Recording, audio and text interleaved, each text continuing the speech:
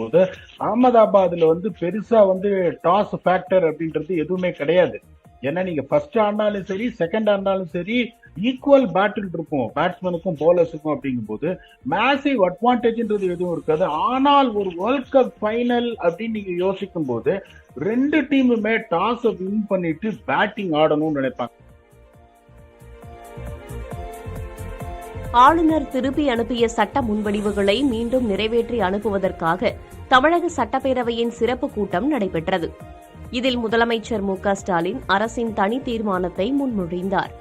அப்போது பேசிய முதலமைச்சர், சட்ட முன்வடிவுகளுக்கு ஆளுநர் ஒப்புதல் வழங்காமல் இருப்பது சட்டவிரோதமானது என்றார்.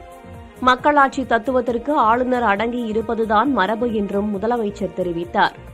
இந்த தீர்மானத்தை காங்கிரஸ் சட்டமன்ற குழு தலைவர் செல்வ பெருந்தகை, விடுதலை சிறுத்தைகள் கட்சி உறுப்பினர் சிந்தனை செல்வன், மதிமுக உறுப்பினர் சதன் திருமலைக்குமார், தமிழக வாழ்வுரிமை கட்சி உறுப்பினர் வேல்முருகன், கொங்கு மக்கள் தேசிய கட்சி உறுப்பினர் ஈஸ்வரன், மனிதநேய மக்கள் கட்சி உறுப்பினர்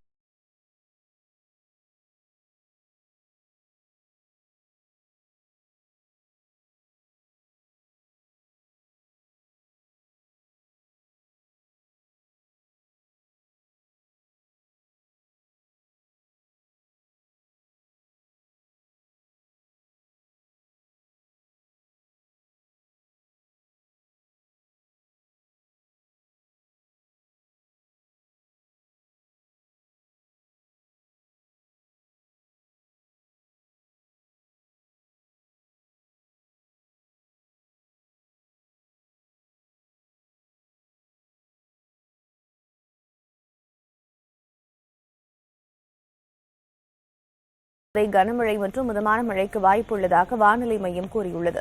ஞாயிற்றுக்கிழமை புதுக்கோட்டை, சிவகங்கை, ராமநாதபுரம், தூத்துக்குடி, நெல்லை மற்றும் கன்னியாகுமரி மாவட்டங்களில் கனமழை பெய்யக்கூடும் என்று வானிலை மையம் தெரிவித்துள்ளது. சென்னையில் அடுத்த 2 நாட்களுக்கு நகரின் ஒரு சில பகுதிகளில் இடி மின்னலுடன் மழை பெய்யலாம் எனவும் வானிலை மையம் கணித்துள்ளது.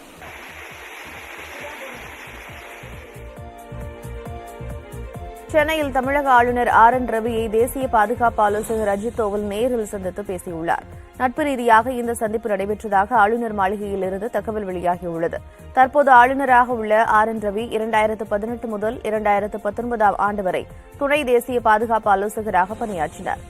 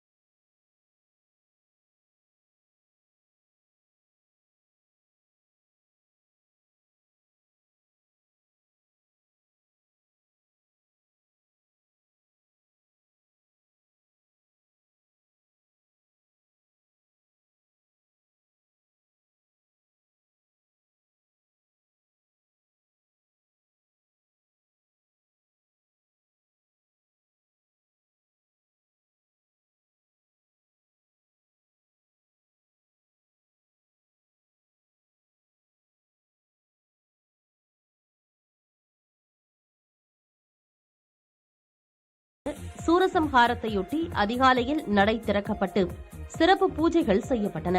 தொடர்ந்து மலை மீது எழுந்தருளிய மலைக்கொழுந்து அம்மனிடம் சின்னகுமாரர் சக்திவேலை பெற்றுக்கொண்டு சூரபத்மனை வதம் செய்ய மலையடிவாரம் வந்தார். வடக்கு கிரிவீதியில் தரகாசுரனையும் தெற்கு கிரிவீதியில் சிங்கமுகனையும் சின்னகுமாரர் வதம் செய்தார். மலையடிவாரத்தில் குவிந்த ஆயிரக்கணக்கான பக்தர்கள் வெற்றிவேல் முருகனுக்கு அரோகரா என முழக்கம் எழுப்பினர்.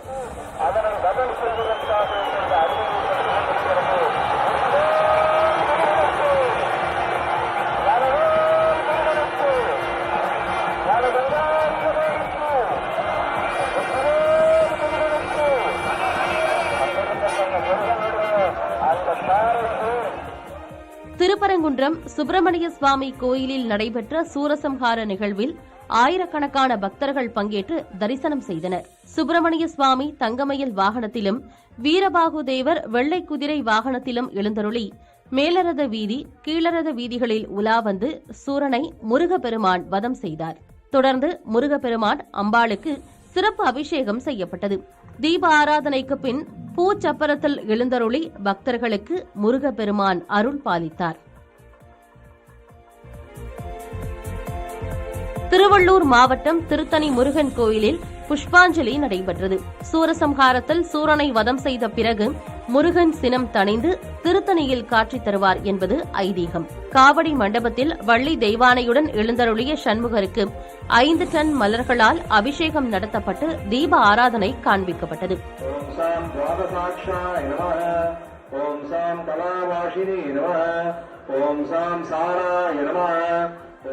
முருகனின் 6வது படை வீடான பழமுதிர் சோலையில் சூரசம்ஹார நிகழ்வு வெகு விமரிசையாக நடைபெற்றது. சூரபத்மனை முருகப்பெருமான் வதம் செய்தபோது அங்கு குழுமியிருந்த பக்தர்கள் பக்தி பரவசத்துடன் தரிசித்தனர்.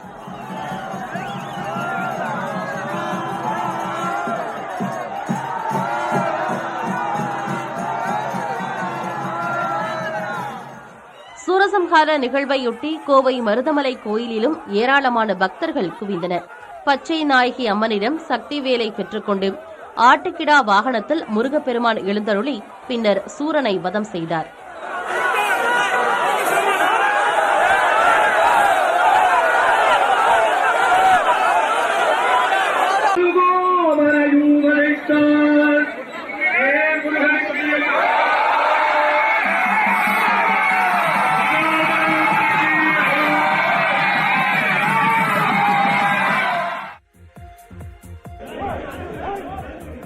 சட்டவிரோத பணப்பரிமாற்ற தடைச்சட்ட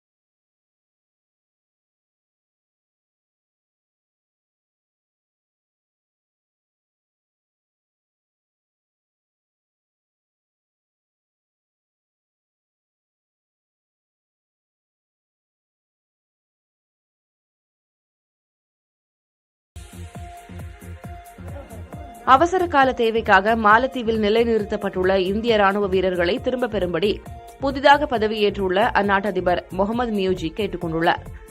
மாலத்தீவு நாட்டின் 8வது அதிபராக பதவியேற்றுள்ள முகமது மியூஜியை தலைநகர் மாலேவில் மத்திய அமைச்சர் கிரண் ரிஜிஜு மரியாதை நிமித்தமாக சந்தித்து பேசினார்.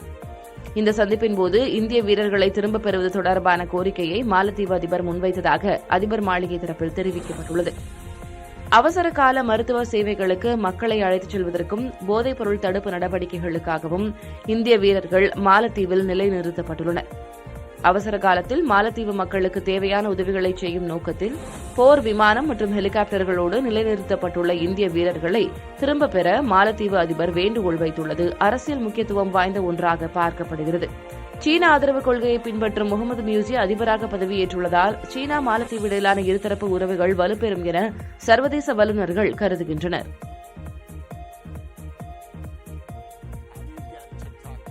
இந்து மத நம்பிக்கையால் தான் அமெரிக்க அதிபர் தேர்தலில் போட்டியிட வேண்டும் என்ற உத்வேகம் தனக்கு கிடைத்ததாக இந்திய வம்சாவளியான விவேக் ராமசாமி தெரிவித்துள்ளார். இதுகுறித்து செய்தி நிறுவனம் ஒன்றுக்கு அவர் அளித்த பேட்டியில் இந்து மதம் மீது தனக்கு அதீத நம்பிக்கை உள்ளதாகவும் அந்த நம்பிக்கைதான் தனக்கு முழு சுதந்திரத்தை வழங்கியதாகவும் தெரிவித்தார்.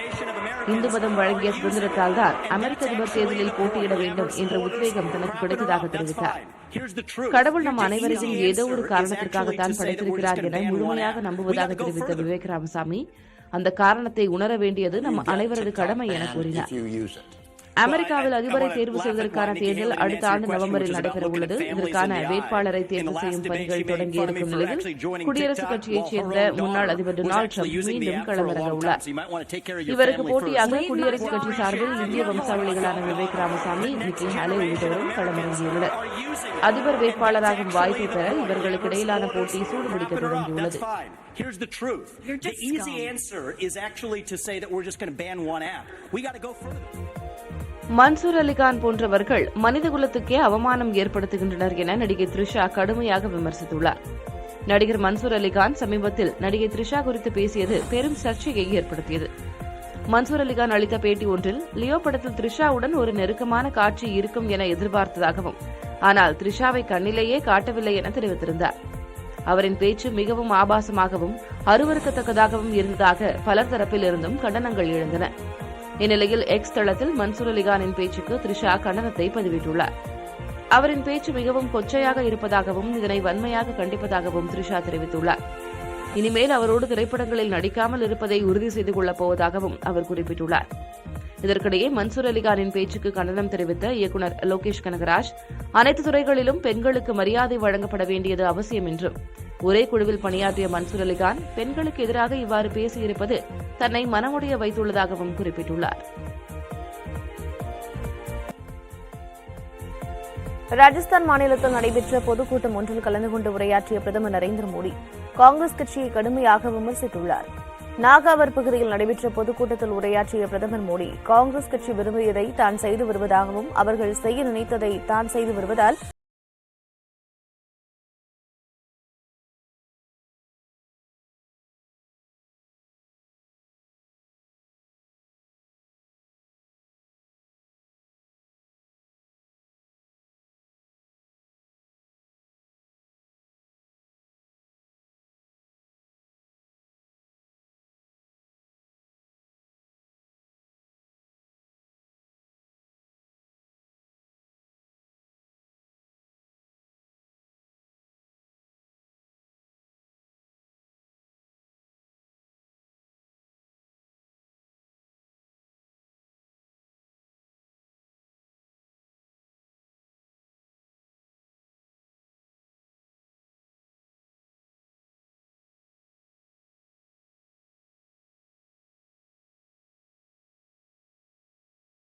பாஜகவின் தேர்தல் அறிக்கையை மத்திய உள்துறை அமைச்சர் அமித் ஷா வெளியிட்டுள்ளார். ஹைதராபாத்தில் நடைபெற்ற இந்நிகழ்வில் மத்திய அமைச்சரும் தெலங்கானா மாநில பாஜக தலைவருமான கிஷன் ரெட்டி, பாஜக மூத்த தலைவரான பிரகாஷ் ஜவடேகர் ஆகியோர் கலந்து கொண்டனர். பாஜக ஆட்சிக்கு வந்தால் ஆளும் பாரத் ராஷ்டிரிய சமிதி அரசு செய்துள்ள ஊழல்கள் மற்றும் முறைகேடுகள் குறித்து விசாரிக்க தனி ஆணையம் அமைக்கப்படும் என வாக்குறுதி அளிக்கப்பட்டுள்ளது. அதோடு தேர்தலில் வெற்றி பெற்றால் பிற்படுத்தப்பட்டோர் பிரிவைச் சேர்ந்தவர் முதலமைச்சராக நியமிக்கப்படுவார் என்றும் தேர்தல் அறிக்கையில் குறிப்பிடப்பட்டுள்ளது. மேலும் மதம் சார்ந்த இடஒதுக்கீட்டு நடைமுறைகளை ரத்து செய்து ஓபிசி, எஸ்சி மற்றும் எஸ்டி பிரிவினருக்கு இடஒதுக்கீடு வழங்கும் நடைமுறை அமல்படுத்தப்படும் என்றும் உறுதியளிக்கப்பட்டுள்ளது. அதோடு வருடத்திற்கு 4 இலவச சமையல் எரிவாயு சிலிண்டர்கள் வழங்குவது, நெல்லுக்கு 3100 ரூபாயாக குறைந்தபட்ச ஆதரவு விலை நிர்ணயம் செய்வது, இலவச பயிர் காப்பீடு உள்ளிட்ட பல்வேறு வாக்குறுதிகள் அளிக்கப்பட்டுள்ளன. 119 இடங்களை உள்ளடக்கிய தெலங்கானா மாநில சட்டப்பேரவைக்கு வரும் 30ஆம் தேதி ஒரே கட்டமாக தேர்தல் நடைபெறவுள்ளது.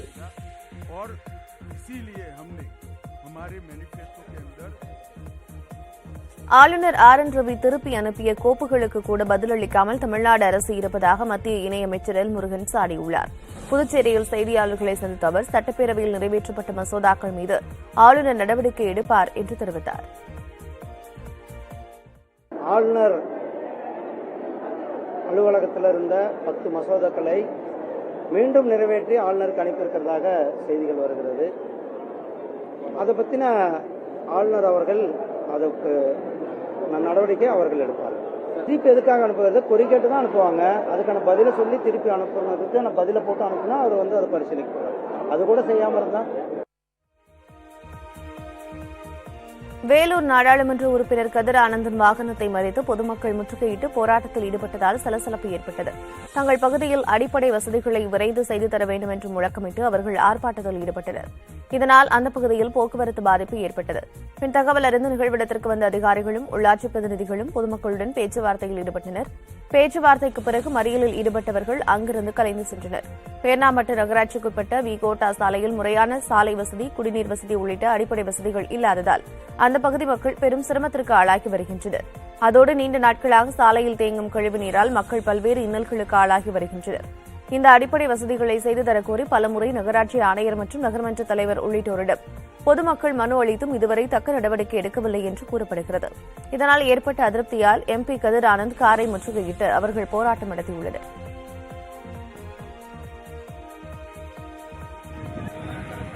மதுரை மத்திய சிறை வளாகத்தில் உள்ள சந்தையில் 25,14,000 ரூபாய்க்கு பொருட்கள் விற்பனை செய்யப்பட்டுள்ளன.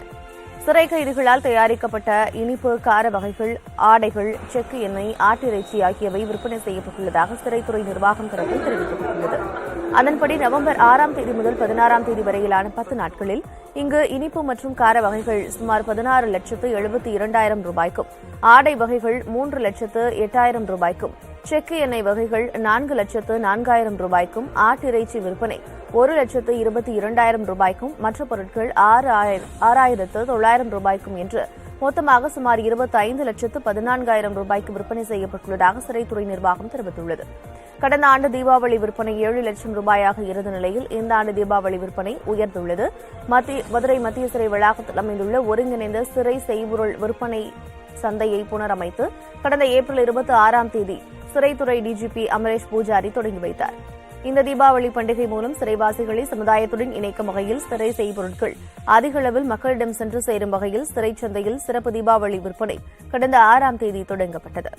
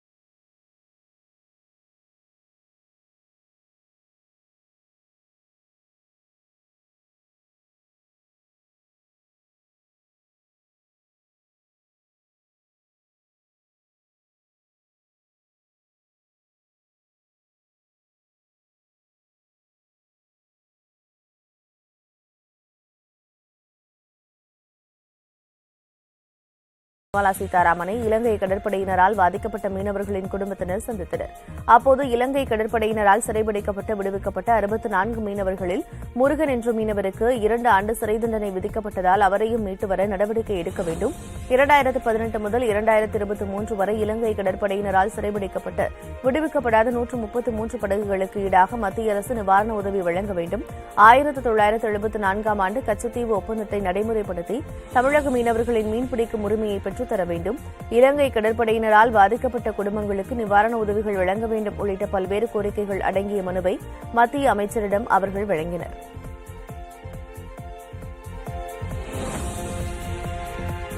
ராமநாதபுரம் மாவட்டம் ராமேஸ்வரம் அருகே பாம்பன் வனப்பகுதியில் 200 பச்சை கிளிகள் வனத்துறையினரால் பறக்கவிடப்பட்டது. வன உயிரின பாதுகாப்பு சட்டத்தின்படி பச்சை கிளி, நீல பைங்கிளி, பஞ்சவர்ணம் போன்ற வன உயிரினங்களை வளர்ப்பவர்கள் கடந்த ஜூன் மாத இறுதிக்குள் ஒப்படைக்குமாறு வனத்துறை சார்பில் செய்தி வெளியிடப்பட்டது. இந்த செய்தியை தொடர்ந்து பொதுமக்கள் தங்கள் வீடுகளில் வளர்த்து வந்த பச்சை கிளிகளை வன அலுவலகம் மற்றும்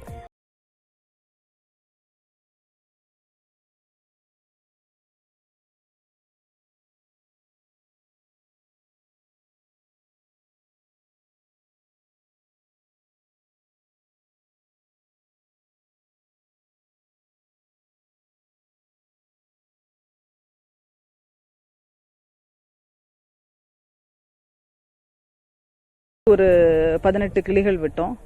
அதுக்கப்புறம் திரும்ப ஒரு டைம் கொடுத்து இந்த மாதிரி ஸ்கூல்களில், பள்ளிகளில் மாஸ்க், சர்ச்சு அந்த மாதிரிலாம் அனௌன்ஸ் பண்ணோம். ஸ்கூல்கள்லாம் சொன்னால் ஒருவேளை அந்த ஸ்கூல் பள்ளி மாணவர்கள் அவங்க வீட்டில் போய் சொல்லுவாங்க, வீட்டில் அந்த மாதிரி கொஞ்சம் கிளிகளை சரண்டர் பண்ண வாய்ப்பு இருக்குது அப்படின்ற அதனால அந்த மாதிரி இடங்களா சூஸ் பண்ணி அறிவித்தோம். தேனி மாவட்டம் சருத்துப்பட்டியில் தொண்டையில் மிட்டாய் சிக்கி 1.5 வயது ஆண் குழந்தை உயிரிழந்தது. கணவனை இழந்த மலர்னிகா என்பவரது 1.5 வயது குழந்தை ஜெல்லி மிட்டாய் சாப்பிட்ட போது மூச்சு திணறல் ஏற்பட்டுள்ளது.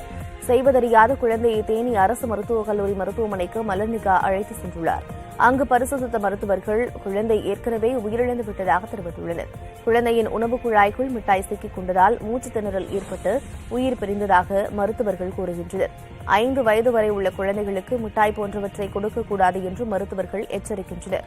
ஜெல்லி போன்றவற்றை கட்டாயம் குழந்தைகளுக்கு கொடுக்காமல் தவிர்க்க வேண்டும் என்றும் அறிவுறுத்தப்படுகிறது.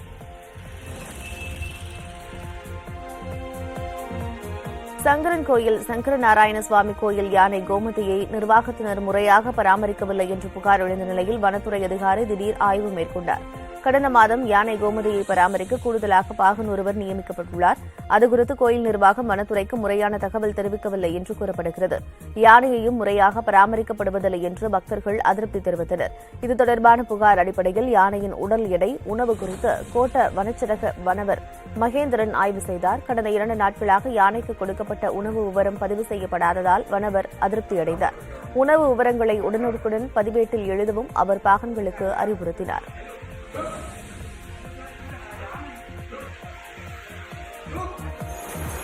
இந்தியாவின் மின்சார தேவை நடப்பு நிதியாண்டில் 7 விழுக்காடு அதிகரிக்கும் என ஆய்வு நிறுவனமான ஃபிட்ச் தெரிவித்திருக்கிறது.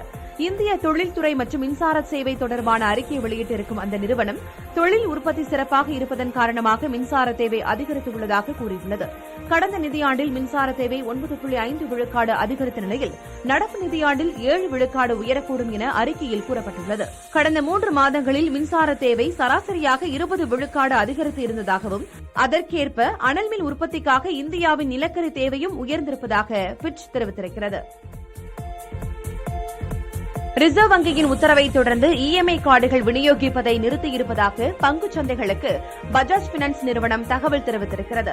ரிசர்வ் வங்கி தெரிவித்துள்ள குறைபாடுகள் சரி செய்யப்படும் வரை புதிய வாடிக்கையாளர்களுக்கு இஎம்ஐ கார்டு விநியோகத்தை நிறுத்தி வைப்பதாகவும் முகவர் வாயிலாக பழைய மற்றும் புதிய வாடிக்கையாளர்களுக்கு கடன் வழங்கும் பணி தொடர்ந்து நடைபெறும் என்றும் அதில் பஜாஜ் பினான்ஸ் தெரிவித்திருக்கிறது. இஎம்ஐ கார்டுகளை புதிய வாடிக்கையாளர்களுக்கு விநியோகிப்பதை நிறுத்தி வைப்பதால் தங்களது நிதி வணிகத்தில் எந்த தாக்கமும் ஏற்படாது என்றும் அந்த நிறுவனம் கூறியுள்ளது. ரிசர்வ் வங்கியின் அனைத்து விதிமுறைகள் மற்றும் குறியீடுகளை பின்பற்றும் வகையில் குறைபாடுகள் விரைந்து சரி செய்யப்படும் என்றும் பஜாஜ் பினான்ஸ் நிறுவனம் பங்கு சந்தைகளுக்கு தாக்கல் செய்த விளக்க அறிக்கையில் கூறப்பட்டுள்ளது. ஈகா மற்றும் இன்ஸ்டா இஎம்ஐ கார்டு மூலமாக கடன் வழங்குவதை நிறுத்தி வைக்குமாறு பஜாஜ் பினான்ஸ் நிறுவனத்திற்கு ரிசர்வ் வங்கி அண்மையில் உத்தரவிட்டிருந்தது. பிரதமர் மோடி எவ்வளவு முயற்சித்தாலும் ராஜஸ்தான் மாநிலத்தில் ஆட்சியை காங்கிரஸ் தக்க வைப்பதை அவரால் தடுக்க முடியாது என்று அக்கட்சியின் தலைவர் மல்லிகார்ஜுன கார்கே தெரிவித்திருக்கிறார். பரத்பூர் தொகுதியில் நடைபெற்ற காங்கிரஸ் பொதுக்கூட்டத்தில் உரையாற்றிய மல்லிகார்ஜுன கார்கே பணக்காரர்களை பெரும் பணக்காரர்களாக ஆக்குவதற்கும் ஏழைகளை மிகவும் ஏழைகளாக மாற்றுவதற்காகவும் தான் பாஜக பணியாற்றி வருவதாக விமர்சித்துள்ளார். நண்பர்களுக்கு பலனளிப்பதற்காகவே பாஜக பணியாற்றுவதாக தெரிவித்த கார்கே சாமானிய மக்களின் வளர்ச்சிக்காக காங்கிரஸ் பணியாற்றுவதாக தெரிவித்துள்ளார். பழங்குடியினரின் பாதுகாவலராக தன்னை அடையாளப்படுத்திக் கொள்ளும் பிரதமர் நரேந்திர மோடி பழங்குடியினர் மீது தாக்குதல் நடத்தியதால் தேர்தலில் காங்கிரஸ் வாய்ப்பளிக்க மறுத்த எம்எல்ஏவுக்கு பாஜக வாய்ப்பு வழங்கியுள்ளதாக விமர்சித்துள்ளார். பிரதமர் மோடி எவ்வளவு முயற்சித்தாலும் ராஜஸ்தான் மாநிலத்தில் ஆட்சியை காங்கிரஸ் தக்க வைப்பதை அவரால் தடுக்க முடியாது என்று மல்லிகார்ஜுன கார்கே தெரிவித்தார். 200 இடங்களை உள்ளடக்கிய ராஜஸ்தான் மாநில சட்டப்பேரவைக்கு வரும் 25ஆம் தேதி ஒரே கட்டமாக தேர்தல் நடைபெறவுள்ளது.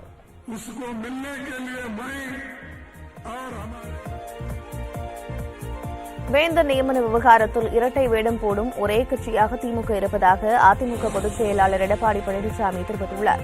கோவை விமான நிலையத்தில் செய்தியாளர்களுக்கு பேட்டியளித்த அவர் ஆளுநருக்கும் திமுக அரசுக்கும் இடையே உள்ள கருத்து வேறுபாடுகள் காரணமாகவே இது தொடர்பான சட்ட முன்முடிவு கொண்டுவரப்பட்டுள்ளதாக செய்ததாக விமர்சித்துள்ளார்.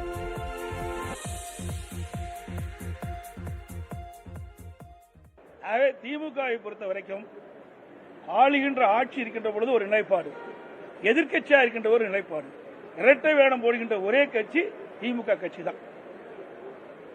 அன்றைக்கே அண்ணா திமுக கொண்டு வந்த அந்த சட்ட முன்வடிவை ஏற்றுக்கொண்டு அதை நிறைவேற்றப்பட்டிருந்தால் உண்மையிலேயே இப்பொழுது இந்த பிரச்சனை இருந்திருக்காது. ஆளுநருக்கும் திமுக அரசுக்கும் இந்த திமுக முதலமைச்சருக்கும் இருக்கின்ற கருத்து வேறுபாடின் காரணமாகத்தான் இந்த சட்ட முன்வடிவை கொண்டு வந்திருக்கின்றார்கள் என்றுதான் பார்க்கப்படுகிறது. விவசாயிகள் மீது குண்டர் சட்டம் போடப்பட்டது கண்டனத்திற்குரியது என்று விடுதலை சிறுத்தைகள் கட்சித் தலைவர் திருமாவளவன் தெரிவித்துள்ளார். கோவையில் செய்தியாளர்களிடம் பேசிய அவர் சனாதனத்தின் மொத்த உருவமாக ஆளுநர் இருப்பதாக குற்றம் சாட்டினார். விவசாயிகள் மீது குண்டர் தடுப்பு சட்டம் போன்ற சட்டங்களை ஏவுவது எந்த வகையிலும் ஏற்புடையதில்லை. விவசாயிகள் மீது குண்டர் தடுப்பு சட்டத்தை ஏவியது வன்மையான கண்டனத்திற்குரியது. 7 பேர் மீது போடப்பட்டதில் 6 பேர் மீது போடப்பட்ட குண்டர் தடுப்பு சட்டத்தை திரும்ப பெற்றிருப்பதைப் போல அந்த இன்னொரு நபர் மீதும் குண்டர் தடுப்பு ஏவல் நிறுத்தப்பட வேண்டும், திரும்ப பெறப்பட வேண்டும்.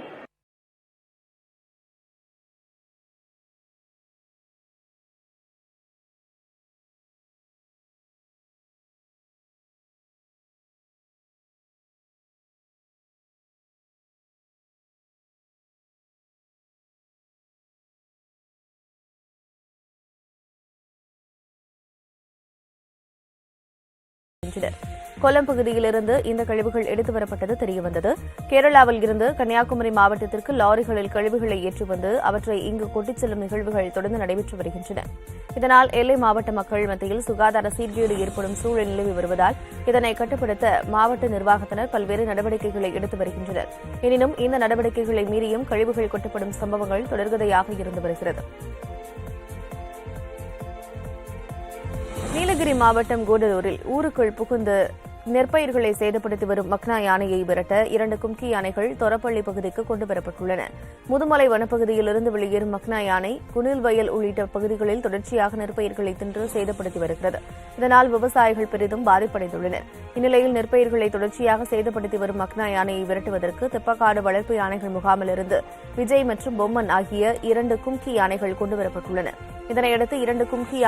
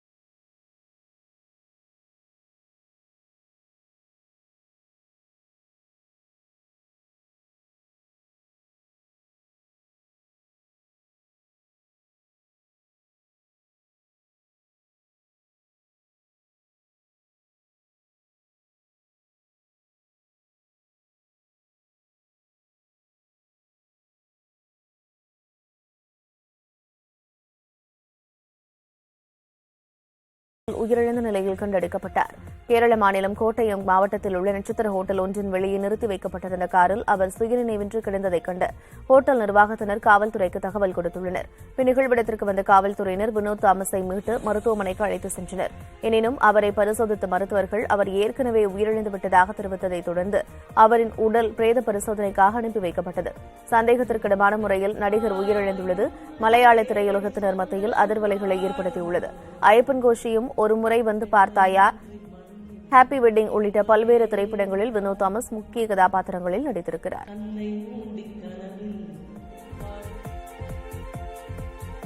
தேசிய துப்பாக்கிச் சுடுதல் போட்டியில் மகளிர் ஜூனியர் பிரிவில் அமைச்சர் டிஆர்பி ராஜாவின் மகள் நிலா தங்கம் வென்று தமிழகத்திற்கு பெருமை சேர்த்திருக்கிறார். தேசிய துப்பாக்கிச் சுடுதல் போட்டியில் அவர் தொடர்ந்து 2வது ஆண்டாக தங்கம் வென்றுள்ளார். கடந்த ஆண்டு நடந்த போட்டியில் தங்கம் வென்றதன் மூலம் மிகவும் இளவயதில் தங்கம் வென்ற வீராங்கனை என்ற பெருமையை பெற்றார். தற்போது தங்கம் வென்றதன் மூலம் இளவயதில் தொடர்ந்து 2 தங்கப் பதக்கங்களை வென்ற வீராங்கனை என்ற பெருமையும் நிலாவசமாகியுள்ளது. தேசிய அளவில் திறன்மிக்க வீரர்களோடு போட்டியிட்டு வென்று தமிழ்நாட்டிற்கு பெருமை சேர்த்துள்ள நிலாவிற்கு பலரும் பாராட்டுகளை தெரிவித்து வருகின்றனர்.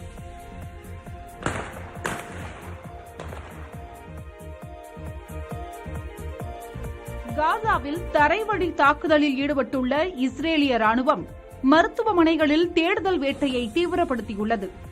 காசாவுக்கு எதிராக தொடர் தாக்குதலில் ஈடுபட்டு வரும் இஸ்ரேல் ராணுவம் தரை வழியாக சென்று காசாவின் மிக முக்கிய மருத்துவமனையான அல்-ஷிபாவை முற்றுகையிட்டது. ஹமாஸ் அமைப்பின் முக்கிய தளபதிகள் இருப்பதாக கூறி இஸ்ரேல் ராணுவத்தினர் மருத்துவமனையில் தீவிர தேடுதல் வேட்டை நடத்தி வருகின்றனர். அல்-ஷிபா மருத்துவமனையில் இருந்து ஏராளமான ஆயுதங்கள், ஹமாஸ் அமைப்பினரின் சீருடைகள் கைப்பற்றப்பட்டதாக இஸ்ரேலிய ராணுவமும் ஆதாரங்களை வெளியிட்டுள்ளது.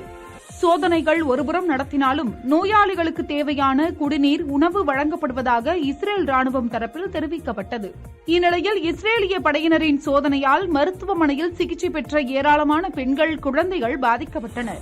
இதனிடையே மருத்துவமனையிலிருந்து அனைவரும் வெளியேற இஸ்ரேலிய ராணுவம் உத்தரவிட்டுள்ளதாக தகவல்கள் வெளியாகியுள்ளன.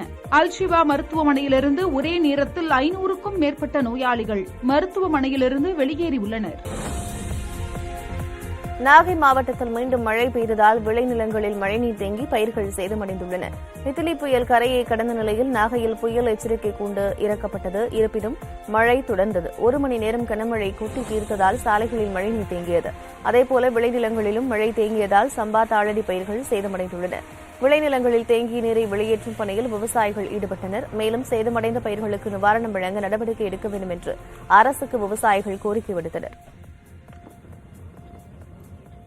40,000 ஏக்கருக்கு மேலே உள்ள தாளடி பயிர்கள் நட்டது, நேரடி விதைப்பு மூலம் செஞ்சதெல்லாம் தண்ணீரில் முழுகி இருக்கு. சம்பா பயிர்களும் 1,00,000 ஏக்கருக்கு மேலே நீரால் சூழப்பட்டு இந்த மகசூல் கட்டுற நேரத்தில் ரொம்ப இக்கட்டான சூழலில் ஒரு பதறா போகிறதுக்கான ஒரு வாய்ப்புகள் இருக்குது. உடனடியாக அதிகாரிகள் ஆய்வு செஞ்சு கணக்கெடுப்பு எடுக்கணும். மறுபடியும் அடுத்த மழைப்பொழிவு ஏற்பட்டதுனால இப்போ மறுபடியும் தண்ணி சூழ்ந்திருக்கு. இந்த சூழ்நிலையில் மேலேருந்து வரக்கூடிய தண்ணீர் வராத ஒரு சூழ்நிலையில் கூட குறைந்தபட்சம் வடிய வேண்டிய தண்ணீர் கடலுக்கு போய் சேராமல் இந்த வடிகால் வாய்க்கால்கள்லாம் தூர்வாரப்படாததுனால தண்ணீர் தேங்கி அடைச்சி கிடக்கு. வேளாண்மை துறையும் பொதுப்பணித்துறையும் இணைந்து அந்தந்த பகுதியில் இருக்கக்கூடிய பாசனதாரர் சங்கங்களிட அந்த வேலைகளை கொடுத்து அந்த பகுதி மக்களை கொண்டு தூர்வாரும் பணிகளை முழுமையாக செஞ்சால் ஒரு வெற்றிகரமான ஒரு விவசாயத்தை உருவாக்குறது மட்டுமல்ல, ஒரு வடிகாலை ஏற்படுத்த முடியும்.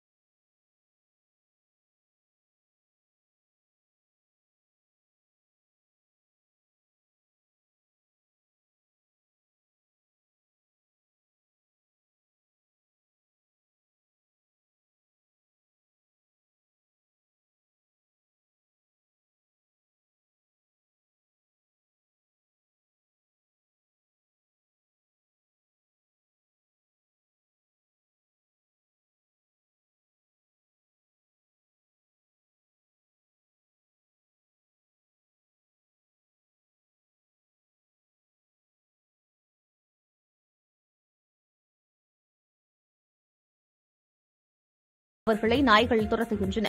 திருப்பூர் அரசு மருத்துவமனையில் அக்டோபரில் மட்டும் 600க்கும் மேற்பட்டோருக்கு நாய்க்கடி ஊசி போடப்பட்டுள்ளது. எனவே நாய்களை பராமரிக்க சரணாலயம் அமைத்து பராமரிக்க கோரிக்கை எழுந்துள்ளது. கட்டுப்படுத்துவது அனிமல் பர்த் கண்ட்ரோல்.